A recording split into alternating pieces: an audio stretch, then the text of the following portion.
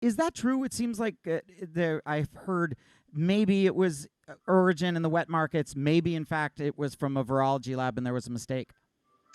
There are quite a few very coincidental, pieces of evidence that are not lining up. Chief of which is that the Wuhan seafood market, on which is being pinned as the source in all of this, doesn't actually sell bats.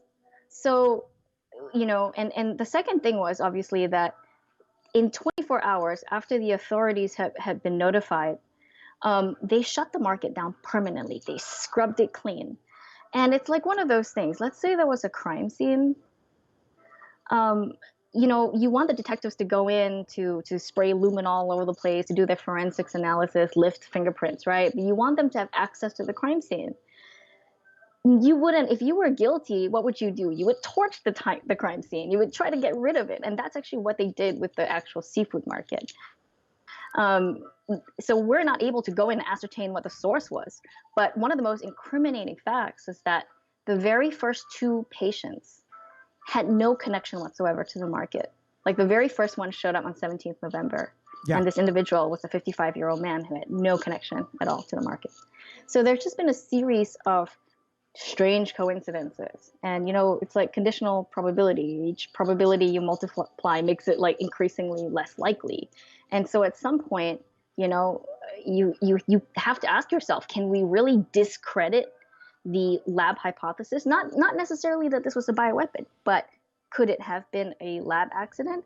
It was so close to the market. They actually study the bats in question, the bat viruses in question at this particular Yeah. institute. In fact, people who have been working there themselves, like Dr. Shi herself had said, oh, when I first found out about this, I asked myself, could it have been our lab? That was her first instinct. Of course, she has since retracted. And then now the Chinese government says that any university in China that wants to publish information on the source of this virus now has to go through approval. Wow. It's like, are you curious about the truth or not? I know. It seems like when a lab in Shanghai posted the sequence to the virus, then it was quickly closed down for some kind of for some mysterious reason. So you're right. All information must go to the government, which is crazy. That's just not how science works. I mean, the universities post and publish, and that's how this works. Plus they expelled a lot of foreign journalists recently. They expelled the New York Times, Wall Street Journal, and the Washington Post that have had Beijing bureaus there for a long time. So now we don't have eyes on the ground there. And one of the best ways to get information out of China, because it's such a closed society, was when we had journalists there. Even if it was difficult to get information because the government was so tight-lipped about everything, people at least were willing to talk. Yeah. And you could get a general sense of the mood there just by talking to the average Chinese person. And now we've lost that. We don't even have access to that, that outlet anymore. I can see something brewing around on this. Another piece in COVIDCon that was mentioned was that all Chinese citizens, whether they're at home or abroad or whether they're doing, have, at least are supposed to have or are told to have, a loyalty to the communist government. So that ultimately, it's the God country Marines or something. The idea is that the CCP should be their highest loyalty, which brings into fact, well then, what about, is this going to, should we look at Chinese businesses that are in America or in Australia or somewhere in the West differently? And could there be an overreaction to that? Well, I wrote about this in one of my pieces for a Spectator. I talked about it. There's this concept in the Arabic world called the Ummah, right? It's like all Muslims in the diaspora have to act as one.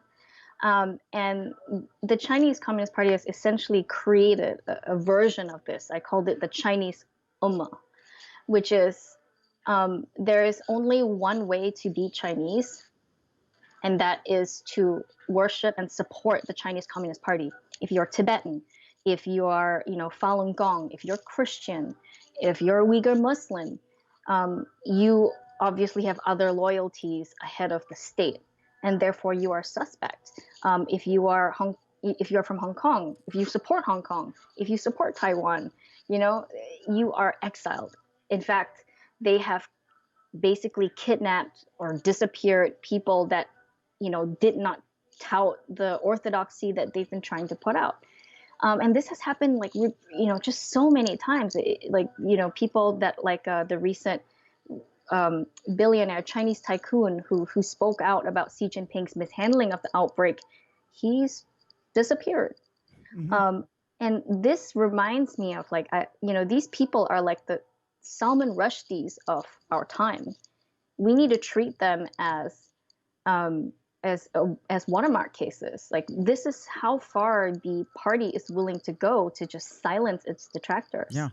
And I want to know where American feminists are on IFN, who, Yeah, you know, the doctor. yeah, gave Wen Lang the whistle, and she went on state media, and went ahead and just criticized the government's response to this. I mean, she was aware of the human-to-human transmission. She was right on the front lines.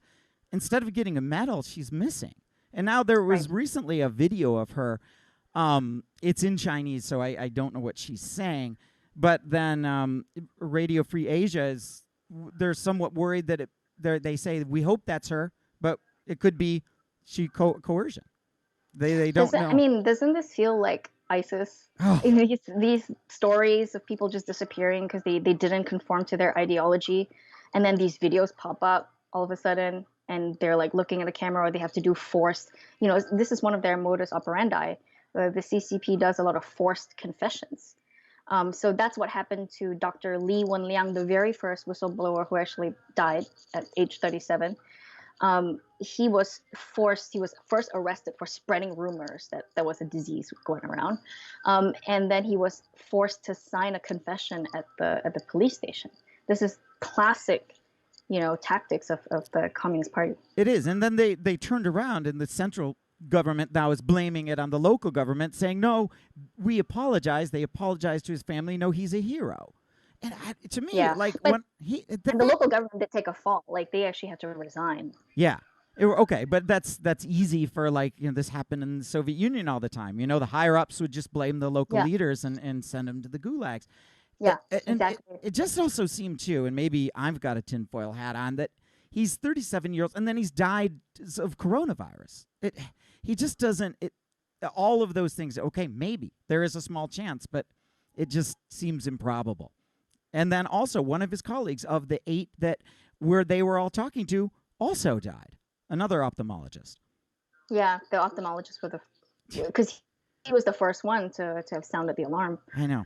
It just I don't know. It just But you know there are other comorbidities though. He may have been a smoker. We don't know right. any of that. Right. I know. So yeah, a bit of a tinfoil hat, but so I'll let that one go. But IFN being missing, that's wild. Did you hear about the story in the out of Australia? The Sydney Morning Herald had this. An Asian student named Drew Pavlov. This is a while ago, but he was protesting like during the Hong Kong when the NBA and the Free Hong Kong thing was going on and all the protests. This university apparently has a lot of ties to the Chinese government, and he was attacked by men in masks. Did you hear about this? No, so this happened last year in Australia. Yes, in Australia. And what happened was he's been attacked. Now they don't know who it is because it was masked men. However, one of the Chinese consulate general in Australia happens to have a professor named Zhu Ji, who's consul general. He's a professor at the university. Then put out a statement that said this. They described the incidents as a small number of people with ulterior motives carrying out anti-China separatist activities, but also mentioned that patriotic students praised patriotic students for their counter protests against Chinese separatists. So he never acknowledges that you know, when he talks about the people that beat him up. Now there were some counter protests, but it's weird that you have somebody celebrating this, calling it patriotism, and it's a weirdity that it's going to drum up suspicions from people in the West. Right. And that back to, actually, this ties into your last question about this. It's going to come up as an issue, I think, because to do any business in China, Chinese companies have to have this backdoor between them and the Communist Party.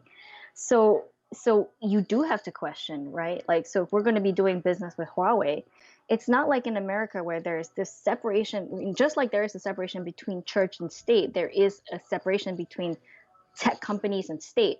We didn't even allow the FBI to get Apple to unlock the phones of the San Bernardino terrorists.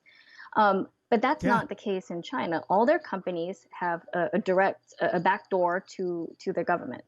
And so, yes, we have to keep asking ourselves, when we are dealing with Chinese companies here in America, what is the situation? Is there a risk that there is a connection at the back end between the Chinese government and the company? Yeah. We have to ask this question. And the same thing of even academia, right? Like, so there's this thing called the Thousand Talents program, where China pays promising scholars from the West to come to China, set up shop, set up a lab, and they pay them so much money. And here's the thing, like, you can choose to make $70,000 as a new PhD. You've been in school for more than 10 years now, so you have a lot of debt.